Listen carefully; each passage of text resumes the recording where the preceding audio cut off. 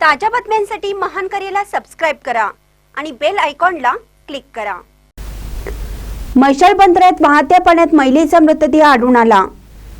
12 दिवसापासून होती बेपत्ता, मुलगी अद्यापही मिसिंग।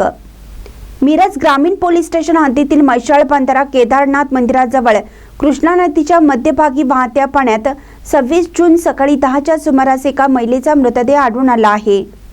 मृत महिलेचं नाव दीपाली अमित खांडेकर, वय वर्ष 35, राहणार मालगाव असं असून ती मागील 12 दिवसापासून बेपत्ता होती। तिच्याबाबत मिरज ग्रामीण पोलीस स्टेशनमध्ये मिसिंगची नोंद झाली आहे। घटनेची माहिती मिळताच मिरज ग्रामीण पोलीस स्टेशनचे अधिकारी कर्मचारी हेड कॉन्स्टेबल मधुकर यांच्या मार्गदर्शनाखाली घटनास्थळी स्पेशल रेस्क्यू फोर्सच्या आपत्कालीन पथकाला पाचारण करण्यात आलं। पथकातील कैलास वडर, सचिन माळी, आसिफ मकानदार, आकाश कोलप, आमिर नधाब, शिवराज टाकळे यांनी मृतदेह बाहेर काढून तो पुढील तपासासाठी मिरज ग्रामीण रुग्णालयात पाठवला। दीपाली खांडेकर व तिची मुलगी दोघीही मिसिंग असल्याची नोंद 12 दिवसापूर्वी करण्यात आली होती। काल आढळलेला मृतदेह दीपाली यांचा असल्याचे त्यांच्या नातेवाईकांनी ओळखून सांगितले।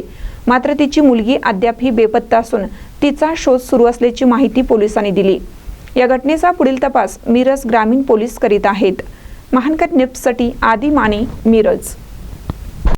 आज दिनांक 26 रोजी म्हैसाळ बंधारा केदारनाथ मंदिरजवळ नवीन बंधाऱ्याचे काम चालू असलेल्या ठिकाणी स्त्री जातीचा मृतदेह आढळून आला।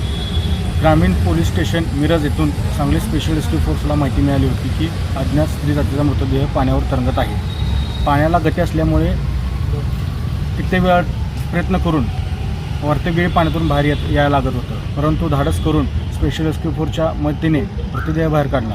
मृतदेहाची ओळख पटली असून मिरज ग्रामीण पोलीस स्टेशनला मिसिंग दाखल आहे।